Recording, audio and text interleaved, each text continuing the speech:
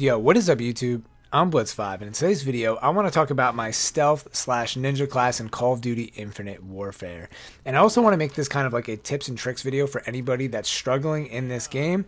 It's, very fast paced, futuristic, it's in space, there's a lot of new stuff going on, so I know some people are struggling online. And it's also kind of hard if you've skipped Call of Duty the past couple years, or maybe you're coming from Battlefield 1 like myself. It's kind of hard to get back into the mode of Call of Duty, and although it seems like a lot of things have changed, at its core, Call of Duty is still the same, and it's very manageable to be successful, keep up with all the young kids that are playing Call of Duty, and post some good scores, some good gameplay, some good YouTube clips, whatever you're looking for just to win a game.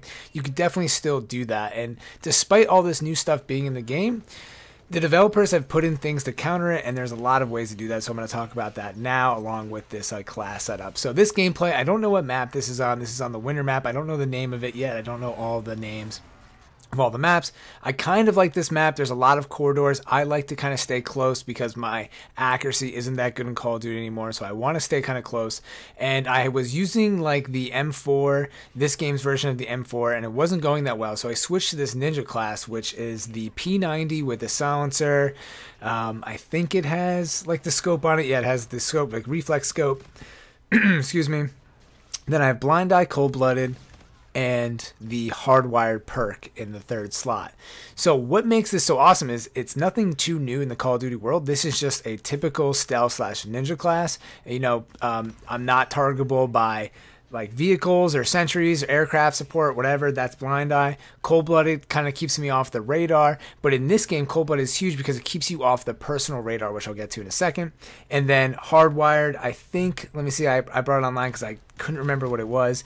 Hardwire is immune to EMP effects and blocks equipment or abilities that outline you for enemies, because that's like a new thing in this game, that the enemies can outline you as you're playing. And right there, that was so unfortunate that I couldn't kill that guy, because I was on a little bit of a streak there, I think. So anyways, in this game, I mentioned this in one of my previous videos. I don't know if you may have seen it, you may have not. Everybody starts with this personal radar as their secondary equipment, secondary grenade. If you haven't played Call of Duty Infinite Warfare, basically, instead of like a stun grenade, you get this little thing that you can, I guess you just fire off and you activate, and it's like a personal radar that lasts for about, I don't know, let's say like roughly 5 seconds, and it lets you know where the enemies are if they're really close to you.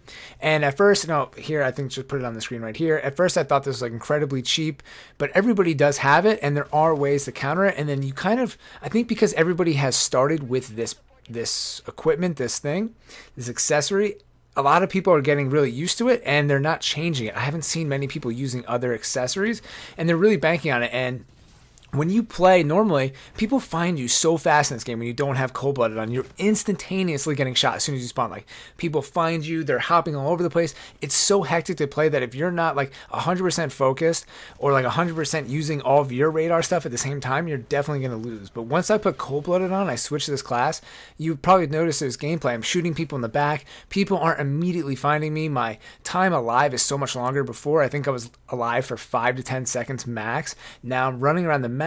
Even if I'm not dying, even if I'm not getting a lot of kills, I'm not dying immediately. I got some kill streaks. I've been using this class a lot. This isn't the only gameplay that I've used it, and it's been pretty successful. Like, that guy wasn't really ready for me. This guy doesn't even know I'm here, even though I get shot in the back. That would have been a kill. So this is super successful. So I really think that a lot of people should use the cold-blooded perk. I think it's definitely worth giving up that second perk for this. And one of the biggest issues that I found with this class, actually, which is kind of a negative, but I don't mind it, I think it's worth it, is the silencer. So the silencer in this game actually takes away so much damage that it's almost like a drawback to using this. And there's so many times I said, like, dude, I'm done with the fucking silencer. It sucks so bad. It like takes away so much damage.